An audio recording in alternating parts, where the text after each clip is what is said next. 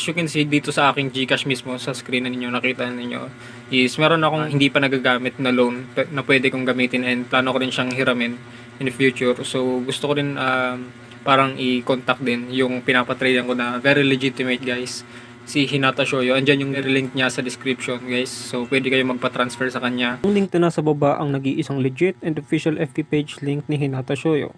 Huwag i-search ang pangalan niya sa FB para i-contact siya dahil pwede kayo mabiktima ng mga poster accounts niya.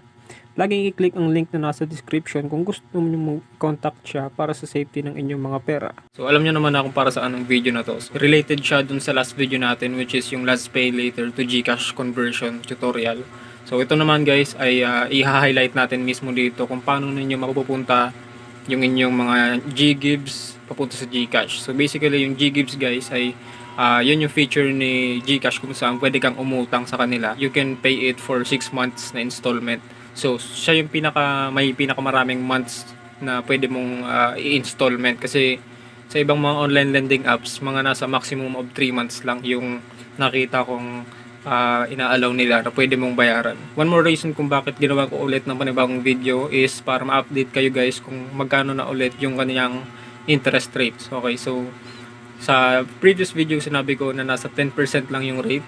So ngayon nasa 10 to 12% na yung rate niya sinisingil ni Sir Hinata Shoyo sa pagpapatrade ng G-Gibbs to GCash. And the same thing din kay G-Credit which is another loan feature ni GCash na pwede ka ring humiram doon. So however, mas mabilis kasing ma-approve yung loan ninyo kapag nag-loan kayo sa G-Gibbs compare kay G-Credit kasi kay G-Credit kailangan mo pang mag-maintain ng sobrang taas na G-score, okay, or yung G-Credits na score. Ayun guys, click nyo yung link sa description para makapatrade kayo doon kay Sir Hinata Shoyo dahil very legitimate siya and as you can see, ito yung mga ilan sa mga proof of transaction and yung mga positive feedbacks na binigay ng mga customers or mga previous customers ni Sir Hinata Shoyo. Okay, so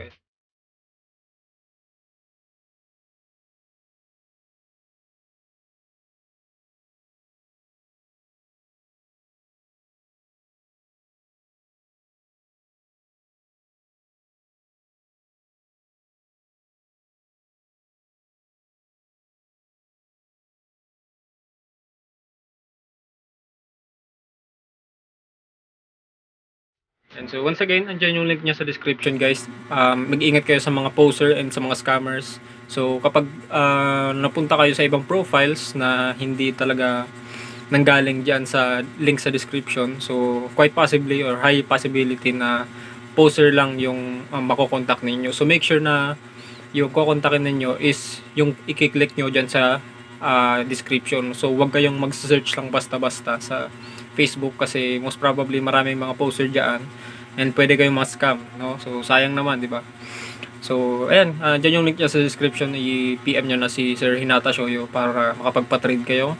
Kung meron man kayong mga laman sa inyong mga G-Gibbs balance, no? So kung umuutang kayo kay GCash, so ito yung chance ninyo guys, no, para makapag-loan kay G-Gibbs na cash talaga. Okay. So yeah, that's all for today and I hope na makatulong ako sa video na to, sa quick update na to. And thanks for watching guys and see you sa next video na to.